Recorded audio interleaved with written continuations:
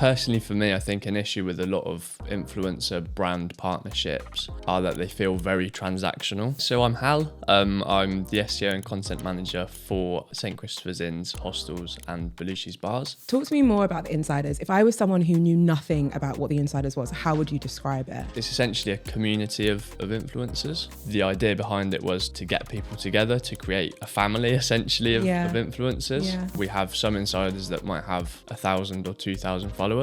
So if we flip it then and look from a creator's perspective who's trying to work with more brands and kind of get into these communities, how could they get noticed by you? I think... Hi, Hal. How Hiya. are you? I'm very well, thank you. I'm so glad that you're here today. I know we had a bit of a chat like off mic and I was explaining that I did an interview with Charlie Pauly, who was a travel creator. Guys, if you've not heard that interview, then make sure you go back. I'll link to it in the description. But it was such a valuable episode and it was super popular. And I think a big reason for that is there are a lot of travel creators listening to the podcast or creators who would love to share more travel content. And they're very intimidated by the niche because it's quite hard to earn a living or, you know, meet other travel creators. And it just seems like one of those niches that could be super challenging. And I think you've done an amazing job of building a community of travel creators. So I just want to dive into that. So before we do though, why don't you introduce yourself and tell us a bit about who you are and what you do? Yeah, so I'm Hal. I'm the SEO and content manager for St. Christopher's Inns, hostels and Belushi's bars, as well as a few of our other brands, but those are the main two. St. Christopher's Inns run hostels in the major cities across Europe, and most of them have a Belushi's bar underneath. So my job is managing some of the websites, uploading blogs and things like that, as well as creating and managing content. So through that side of things, I manage influencers. Cool. So how important is content part of your kind of marketing strategy? Because I've spoken to a lot of business owners or like marketing managers, and it's either like one of the most important things and it's behind a lot of their marketing efforts, or it's like a side thought. So what role does it play in St. Christopher's Inns?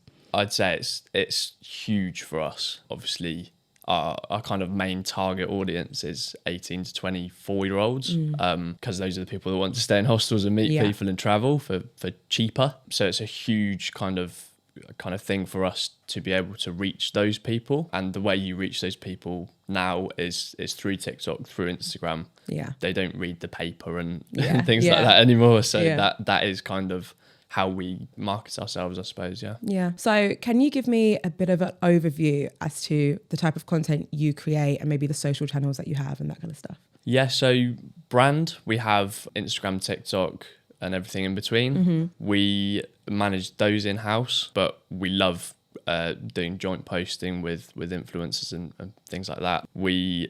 Part of the Insiders is to kind of grow those channels as well. So grow those internally, but also externally, and kind of have a bigger umbrella where there's more of our brand in more places.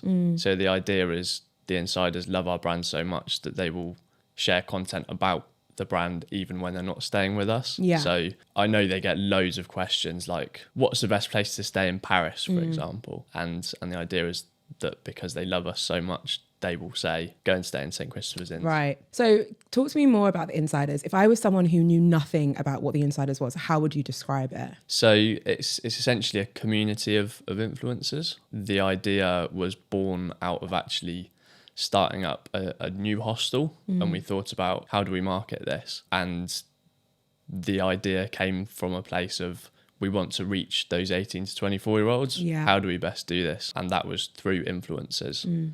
So the Insiders is basically a family of, they don't have to have massive channels. We have some insiders that might have 1,000 or 2,000 followers, but really, really good engagement. And that's something that we look for. But we also have insiders who have hundreds of thousands of followers. So the idea behind it was to get people together to create a family, essentially, of influencers through events, meetups, like even video call chats. And they'll do blogs for us. They'll create content for us.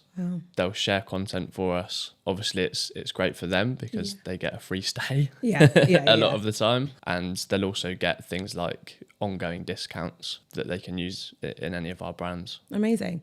How long have you had this community for? Like, when did you launch The Insiders? So we kind of did a soft launch, which was about 4 or 5 years ago. And that was more focused on people staying with us and then sharing their experience. Yeah. So that again, that might be through blogs or through content creation. But the first event we did was in Vienna this year in February. Oh, cool. And that was really exciting to actually be in a room with people that I've emailed and kind of got to know through their social media channels. Yeah. But to actually meet them in person and have an organic experience of traveling, if that makes sense. Yeah. And hostel life. Yeah. Because they all stay together in the dorm rooms. So it feels a really organic way to meet people, like you would if you were traveling. That's so cool. So this year was your first kind of in-person event, and it was in Vienna. So what did that event entail? Was it like everyone? I'm guessing, how many creators were there? So I think we had 14 or 15 in Vienna. Okay, so that's a really good size. So you had around 15 creators who all flew to Vienna. They stayed in your hostel, and then did everyone spend time together throughout those few days, or was it like what happened? So the idea was that essentially we'll all meet up. They're all staying together in the dorm, but that's not obviously always a great way to meet people because you could be staying in a dorm room with someone for 2 weeks and never see them because they're out at night and you're sleeping and then you're out in the day and they're sleeping, that kind of thing. So we put on events in the Belushi's bar, things like beer pong. We had dinner all together. We did a cocktail class and then we also did events outside of the hostel in the city. Nice. Really good. So what did you ask the creators to do? Like, what did they have to do anything? Because I'm guessing they got the stay for free. That was like part of it. And then in return from that, did they have like a set of deliverables they had to do? Talk me through that. So personally for me, I think an issue with a lot of influencer brand partnerships are that they feel very transactional. Yeah.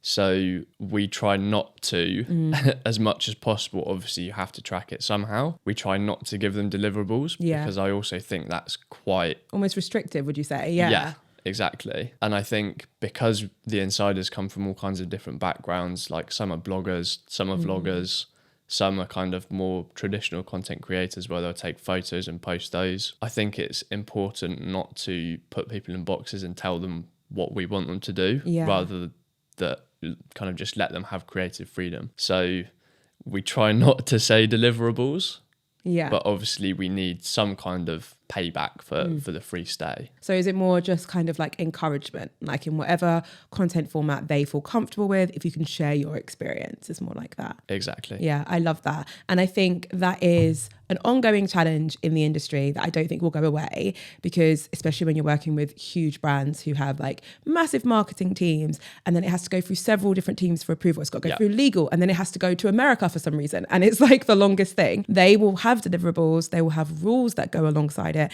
And it can often feel incredibly restrictive and like stifling as to what you naturally want to create. And then the content you create doesn't land as well because it's not in your tone of voice. It's not your normal style. If you're naturally like a vlogger and they're asking you to do like a sit down talking head video, it just doesn't translate. So I can imagine that the content that you get as a result of running your partnerships this way is probably a lot better than what a lot of other brands get, would you say? I think that's a really important point, that the audience really notices when it's not the person that they're following. So, I mean, we see it all the time of content creators who will have like stayed in a hotel or something and it's really obvious that it's an ad. Yeah. I know obviously now we have to say it's an ad or a paid partnership, but it can still be done in a way that's organic and seems natural to you. And I think people actually really connect with that, even if they know it's a paid partnership. Yeah.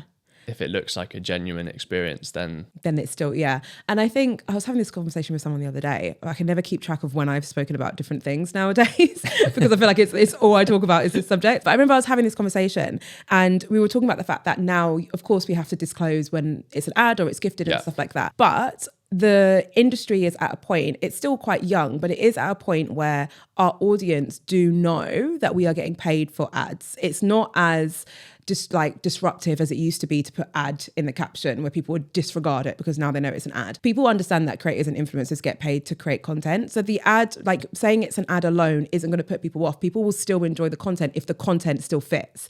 If it still feels authentic and it still works with the brand and you can tell the person actually loves what they're talking about, people still love and will engage with the content, you know? It's not too much of a deterrent anymore, which is great for all brands, but especially brands like yours where you work with creators in such a great way. I do really want to dig into your community a bit more because I think there's two different sides to this. On the one hand, I would love to know how you went about building this community, because that's something that most creators want to do. Most business owners want to build a community. I'm doing the exact same thing. And then on the flip side, I want to know, like, how do creators get noticed by you and how do they join the community, you know? So if we start with how you built the community, how did you go about it? You had this idea and then you're like, cool, we just need to get some creators now. How did you get the creators? So obviously we're in quite a privileged position of having worked with a load of creators before. So we kind of already knew who we liked and who we didn't. Not that we work with anyone that we don't really like, but there are definite favourites. Yeah, I can imagine, yeah. So we basically had a database of content creators, bloggers, vloggers that we've worked with before. So essentially I just went through that list. I picked out people who I'd worked with, loved the content, and then started inviting them to the event. Essentially, it was that simple. Wow. Obviously, not everyone has that database of people. Yes, of course. But I think it's still very easy, really, to kind of find people online, look if they fit the brand, and just reach out. So if there was someone online who you liked and you thought they'd be a really great fit, but you didn't have a relationship with them already, would you like DM them or email them just to be like, hey, this is what I'm doing, are you interested? Yeah, I tend to do both. So I find a lot of content creators, their emails are probably full of crap. Yes.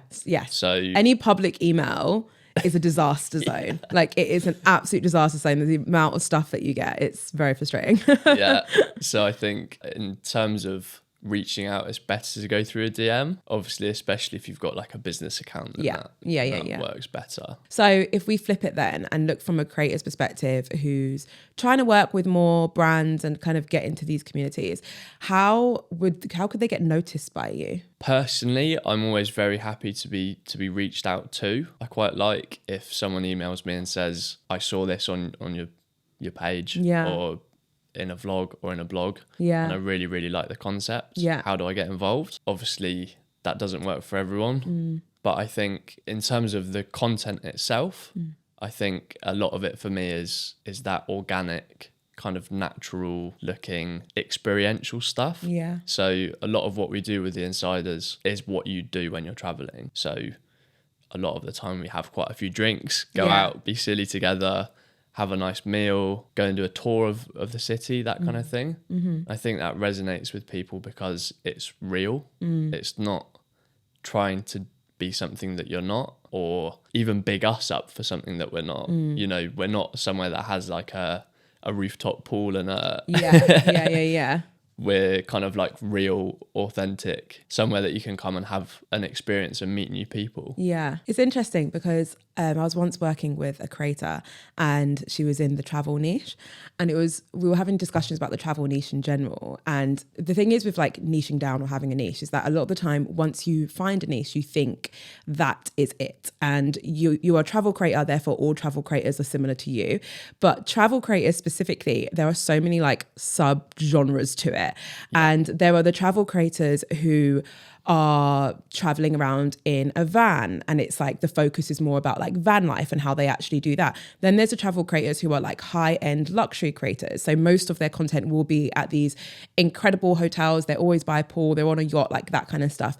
Then there are the travel creators who are really into the historic elements of traveling, or the ones who actually want to go out and have a good time, like you've mentioned. There are so many different types, and I think a big challenge that a lot of travel creators have is they don't know where they fit, because they think that by identifying themselves as a travel creator, that's kind of enough. But the same way there are different types of travel creators, there are different types of audiences amongst that niche as well. So there are audience groups who just want to live through the luxury creator, but then there are audience groups who follow travel creators because they actually want to go and do the trip. They're like looking for them for actual recommendations and itineraries because they're going to go and do the exact same thing, you know?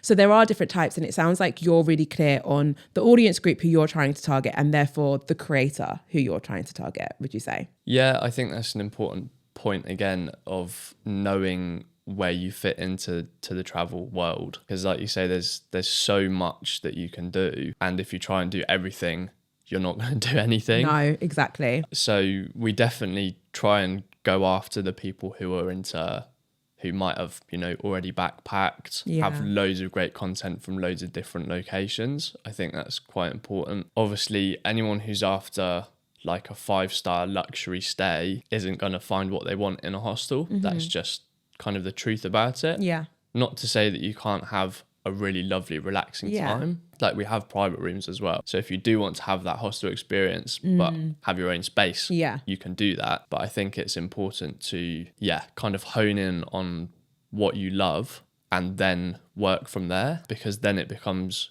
again, an authentic experience for your followers. Yeah, exactly. And I do see a lot of creators, again, if we stick to the travel niche, who think they have to be the other type of creator. So they think that they're kind of authentic experiences in different locations where they're not staying in like fancy pants hotels. Yeah. They think that those experiences aren't the ones that they should be sharing, because they tend to see the creators who, you know, are staying in these wild places, and also the ones who have like drones and the footage is like incredible. And that is a very specific type of travel creator, and that works. But there's also room for the other type of travel creators as well. So I very much agree. And I actually just I was going to say circle back, but I hate when I use like, you know, you catch yourself and you're like, oh my God, what was that, Jade? You've not been in the corporate world for years. So I just let's just go back to a point you made when you said that, you know, if someone wants to get on your radar, they could reach out to you. So let's say someone sends you like a DM. What are the key things that they could include in that DM which would make you stop and think, actually, let me consider this person? I think a little bit of praise goes a long way. Yeah. So you love what you're doing. I saw this post and I loved it. That kind of thing. Maybe that's just me, but that always hooks me in. No, yeah, I agree. I think having a bit of knowledge about who you're pitching to. Yeah. So maybe having looked at what the insider's family does, for example, or I mean, we work with content creators more widely as well. So for things like discounted stays or free stays in return for content on their channels. But I think, that kind of authenticity, again, putting your personal spin on it, even in a DM, goes a long way. And also telling us what you're about. So what you love doing, what kind of content you like getting is a key thing. And where you want to stay, basically. Yeah. So being really specific about the outcomes that they want. Okay, I completely agree. I used to, very different business, but I used to have like boutiques, so like swimwear boutiques, and I had a bag boutique at one point, and I used to work with creators, so I would get a lot of DMs, and I have so many horror stories. Some of the DMs that I used to get, people would literally just DM me saying collab ? And nothing else. And I'd be like, this is a brand that I've like bootstrapped, started from the ground up. Even to gift someone a bag, I lose the money because that would have been a sale, and I've got to ship it to you. But the effort that you're willing to put in to get that is collab ? Like, it was wild to me. I was like, you've got to put more effort into it. Have you ever had experiences where someone's DM'd you and you've just thought, that's not going to cut it? Definitely. And I mean, like I said to you earlier, it is kind of a personality contest in a lot of ways.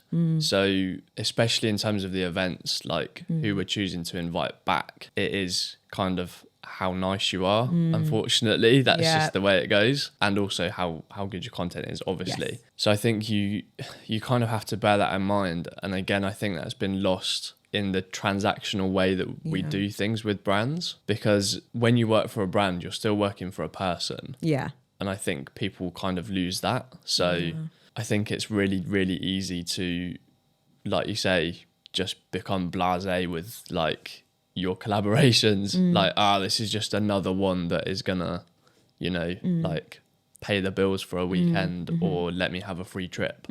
But it should be a little bit more than that. And I think you should be looking to make a relationship every single time you kind of do a bit of work. At least that's definitely how I look at working with content creators. Yeah, for sure. I always say that the brands who I work with now on like a long-term basis has very much been because I've approached the partnership from that perspective. So, you know, when you land your first partnership, and a lot of people disagree with me on this sometimes, but I think you should like over deliver on something. I think when you've landed a partnership with a brand and it's such a perfect fit, because it's like a brand that you already engage with, you already love their product or their service, and you're like, this is the dream. It like over delivering, especially on that first, you know, bit of content that you're creating for them, making the effort to get to know the people who you're working with on a regular basis and like actually be really nice and include the pleasantries and go the extra mile with stuff, honestly can change your life. Like that is the reason why I'm able to like do this full time and stuff, because I've got these handful of brands who just continuously, I work with them. When I started this new venture, they were like, yep, sure, how can we support, you know? And that is purely because when you over deliver so much and you put so much effort into something, and don't do it just for the sake of, you know, maybe they'll give me more in the future, but that kind of effort does end up compounding over time. And these are the relationships that you want to hold on to. And we know that when we're in the corporate world or we're in our normal 9 to 5, like we know that and we put in the effort. And sometimes people forget when we take it outside of that and it's our hobby or it's a different type of business, we forget how important those relationships are. So in terms of if a bunch of people have DM'd you, and maybe you've even worked with a few of them, you mentioned just being nice and getting along with people is a really good point. Is there anything else that a creator could do which would just help solidify that relationship with you? So I think in terms of, as well, going back to the way it is a transaction nowadays, I think keeping in touch outside of that scope of work is actually something that very, very rarely happens. Yeah. But I love to do. So especially with the insiders, like I'd almost go as far to say that myself and my boss are kind of friends with some of them now. Yeah. And we'd love to see them outside of work. Yeah. So I think keeping in touch on that basis, even if it's just an update of kind of what you're up to, or a check-in. Exactly. It's a Merry Christmas email. So hard. Send me a Christmas card. Yeah. Yeah, but that kind of thing I think is really important in kind of maintaining those relationships with people. Yeah, I totally agree. Okay, so I would love to hear a little bit more about the different ways in which you work with creators, because I know you've spoken about events and you've spoken about kind of like gifted stays. Do you do stuff around affiliates or anything? And you mentioned that people write blog posts for you. So can you just break it down for me? Because it sounds complex. Yeah, I mean, it's less complex than I might have made out. But we work with bloggers. So we have quite a big travel blog that we're always looking for people to write for. Obviously, that's beneficial for both parties. We work with content creators monthly. So we'll have someone staying in one of our venues pretty much every month. We obviously run the Insiders program. So that is available to basically everyone. If you're starting out a channel, if you've already got a really well-established channel, even if you're a photographer or a videographer, we love having at least 1 or 2 at each event to capture all of the content that that people might miss when we've had a few drinks or whatever. And so the Insiders events more widely, we are going to aim to run 3 or 4 of those a year. Cool. And obviously they'll be in different locations around Europe. So we're kind of always on the lookout for people who fit the bill to join us at those. And hopefully my aim at least is to kind of keep growing that community until we're at a point where we might have 20 or 30 people staying with us for an event, which would be incredible. And then what's your like distribution strategy? So like when you get all this content in, do you repost it or do you just let it live on the creators channels? Like what do you do with it? So again, I think that depends on the content itself, kind of how authentic it seems to us and whether it fits in with our brand. So we love reposting stuff. We love doing joint posts on Instagram, that kind of thing. But I think it's also important to let the content creators kind of have their way with it, if that makes sense. Yeah. And let that marinate on their channels, I suppose. Yeah. Okay. So, I mean, I feel like there's going to be a lot of creators listening who will be like, okay, I'm going to apply. So I will include links to whatever I can in the description, just in case anyone's listening and they're like, this sounds like a bit of me. But before we wrap up, what I would love to know from you is, I guess, your best 1 to 2 piece of advice or tips for all creators who are just trying to build a solid community and really turn this into, I guess, a business in their own sense. So what would you say to those creators? I mean, I will say, I don't think I'm in a particularly good position to be giving people advice. Of course you are. You work with, incredibly successful creators on a day-to-day basis. So you definitely are. Yeah. I mean, I've never tried it myself. Yeah, that's okay. You're just seeing it from the other lens, But I think in terms of 2 bits of advice, if I had to narrow it down to 2, I'd say, and it's cheesy, sorry, but be yourself, be authentic. Yeah. People love that, and they notice that when they're kind of on your channels. Yeah. People really interact with that and get it. Yeah. So I think, be yourself is the first one. And also be friendly, be ready to make a lot more relationships and kind of put in the effort to maintain those relationships with the brands that you like and the people from the brands that you like. Yeah, I love that. Okay, amazing. This has been such a great chat. I'm sure people listening are just writing down loads of notes, or if they're driving, they're just going to re-listen to the episode and then write down loads of notes. So I really appreciate you taking the time to come and join us and to share your wisdom. And I'm sure you'll get a lot of creators wanting to join your community. Guys, if you do apply, and if there's an area too, make sure you reference my name so that everyone knows that you've come from this. That would be great. And thank you again. Thank you so much. Cheers.